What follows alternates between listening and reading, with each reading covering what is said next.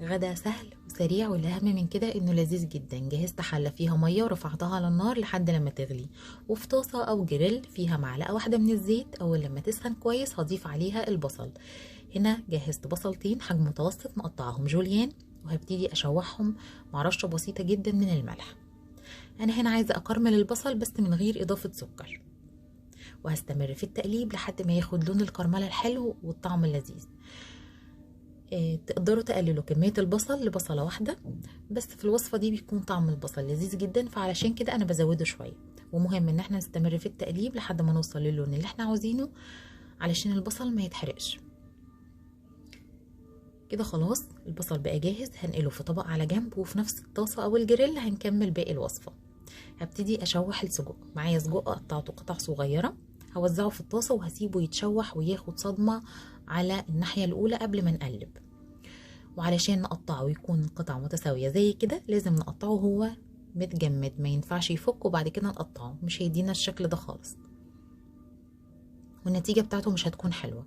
بعد ما السجق خد صدمة ولون حلو هنبتدي نقلبه، وهنستمر في التقليب لحد ما ياخد كله لون تقريبا موحد. الوصفة دي سهلة وسريعة وفعلا ما بتاخدش وقت، ومفيش أحلى من كده، كبار وصغيرين هيحبوها.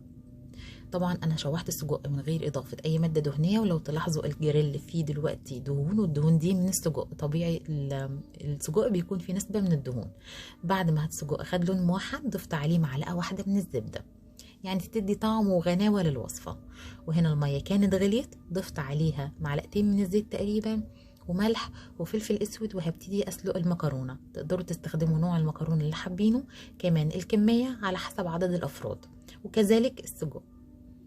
بعد ما شوحنا السجق في معلقة الزبدة هضيف معلقتين من صلصة الطماطم أو معجون الطماطم، وتقدروا تستغنوا عنها وتضيفوا حوالي نص كوباية من عصير الطماطم الفريش لو حابين. هبتدي أشوح السجق مع الصلصة في الأول قبل ما أضيف باقي المكونات.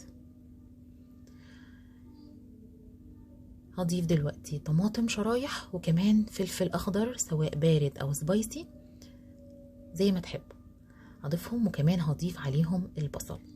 تقدروا تستخدموا فلفل الوان، كمان تقدروا تستخدموا المشروم، بيكون في الوصفه دي حلو جدا.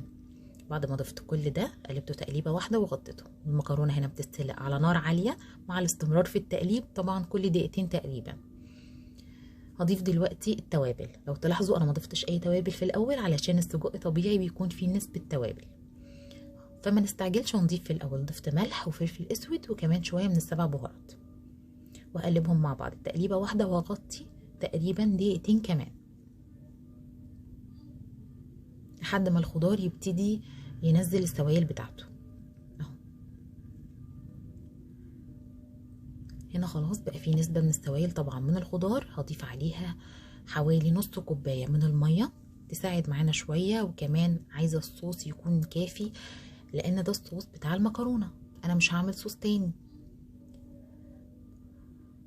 ما شاء الله بعد 5 دقايق بالظبط هنظبط الملح، وهنا كان الخضار بتاعنا دبل شويه والصوص زاد، وكده السجق بتاعنا جاهز. وكمان المكرونه كانت اتسلقت وصفيتها، انا ما بغسلش اي نوع مكرونه، بصفيها بس.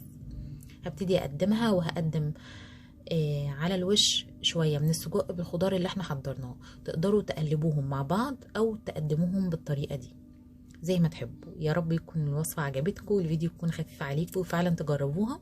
لو جربتوها هستنى رأيكم في الكومنتات، وما تنسونيش بلايك وشير لو عجبكم الفيديو ومتابعة الصفحة. والسلام عليكم ورحمة الله وبركاته.